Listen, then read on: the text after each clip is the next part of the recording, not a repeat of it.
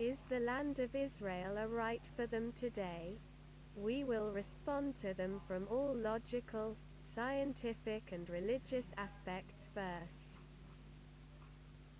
We will present to you a response to the suspicions of Muslim books that the Jews used to say that the land is their right. God says in his book that it is forbidden for them to wander in the desert for 40 years.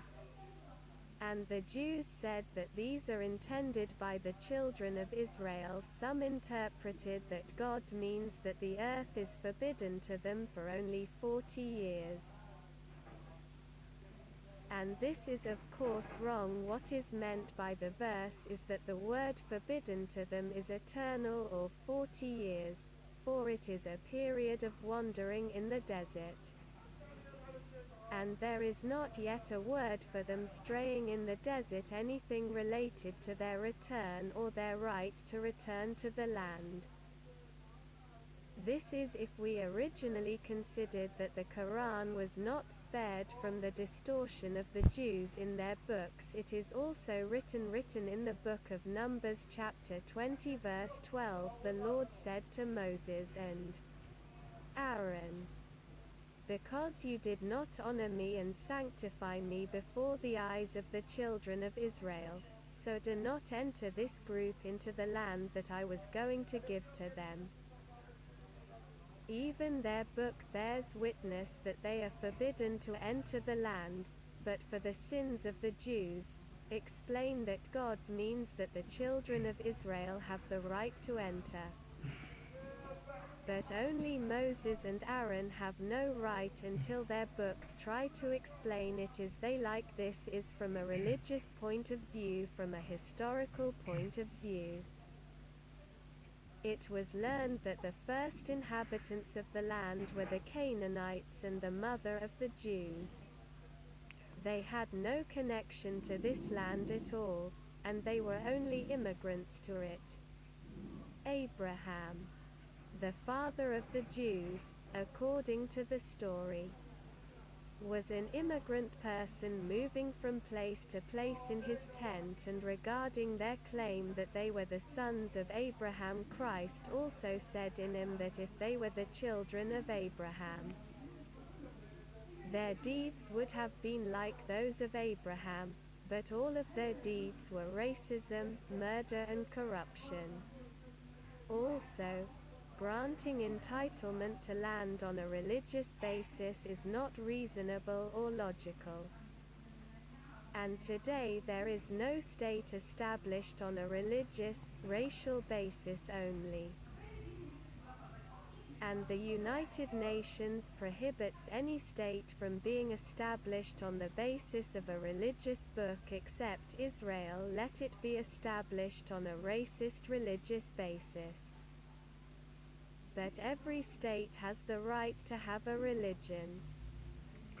But it is forbidden to establish a state on a racist religious basis because it violates the United Nations and human rights. Imagine with me that you will be in your house in safety until someone comes to tell you that this land was written for me by God in a sealed paper. What is your reaction?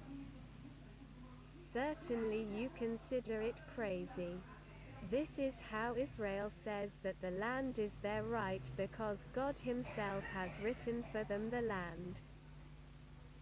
What is the logic of this, and which God is this who gives the land for a people without him? Isn't this a racist ideology? This is what the Jews say, and this is Israel from an ethnic point of view.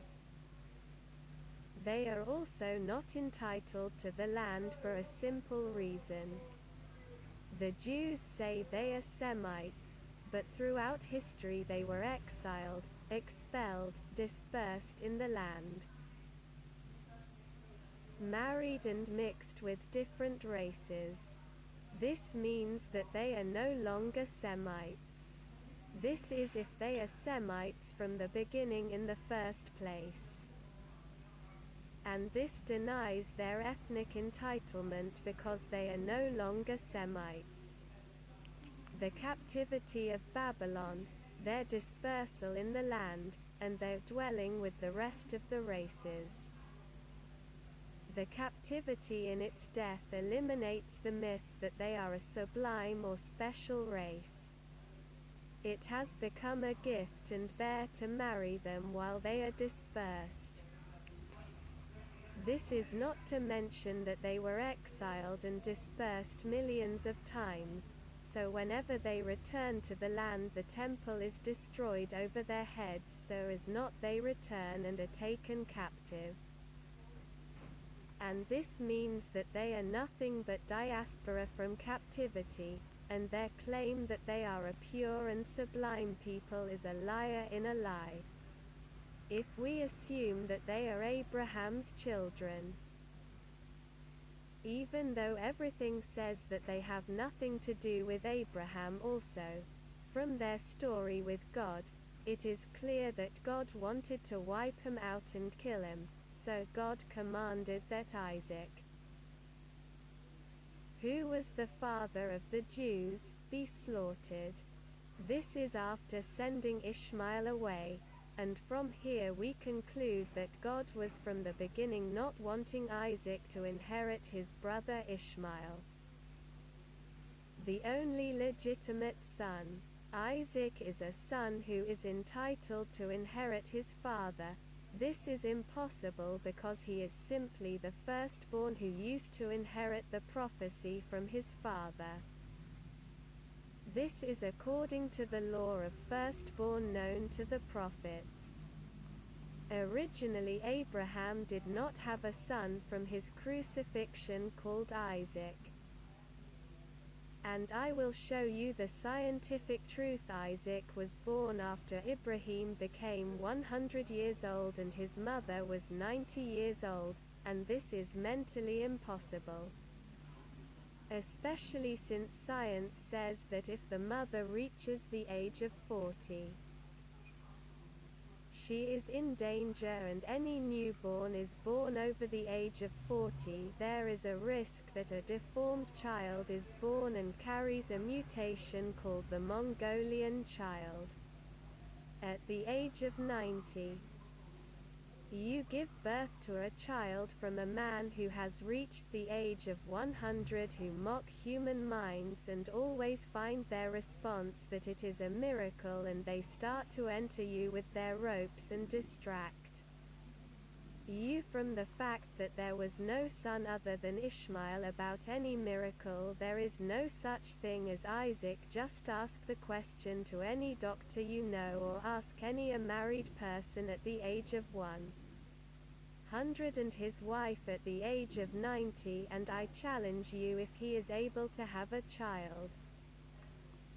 Interpretation that he is a treacherous son, and of course this has purposes until he seizes the land of Ishmael, Ibrahim's only heir.